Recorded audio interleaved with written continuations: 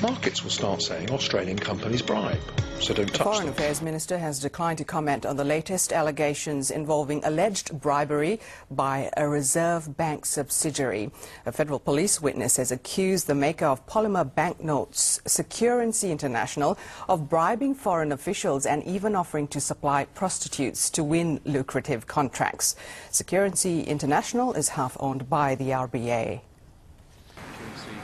I haven't made and don't propose to make a public comment on Securency while there is an Australian Federal Police investigation. The Australian Greens are demanding a parliamentary investigation into the case. A Four Corners investigation reveals that $50 million was paid to middlemen to sell plastic banknotes developed in Australia. It's alleged that much of the money was used to bribe officials in Nigeria, Malaysia and Vietnam. Since 1996, the Reserve Bank has had a half share in Securency, a company which pioneered polymer or plastic cash. Its brief was to convince other countries to go from paper to plastic, and for the Reserve Bank, it was a multi-million-dollar enterprise. But according to tonight's Four Corners, the company is now being investigated for a raft of dodgy dealings with agents acting on its behalf all over the world. Markets will start saying Australian companies bribe, so don't touch them. A former employee of Securency has told Four Corners it's difficult to trace how $45 million was spent, but some went on providing prostitutes for foreign central bank officials. Just sort of staggered me as to the cowboy culture of the place. The large payments made to Securency's agents came to the attention of governments trying to fight corruption.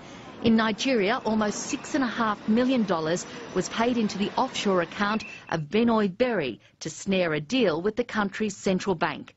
Berry already had a reputation for corruption, and authorities there are angry. Clearly, this is an act of corruption. Clearly, somebody took money and he bribed other people. In Malaysia and Vietnam, almost $20 million was paid to Securency's agents.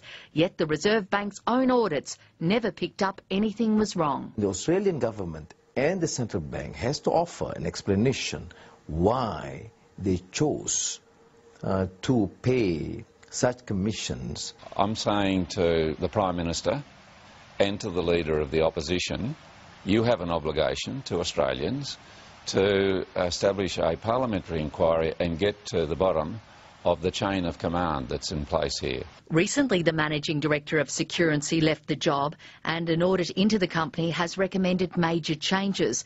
But Four Corners reports it's possible that police may succeed for the first time in prosecuting an Australian company for foreign bribery. Philippa McDonald, ABC News.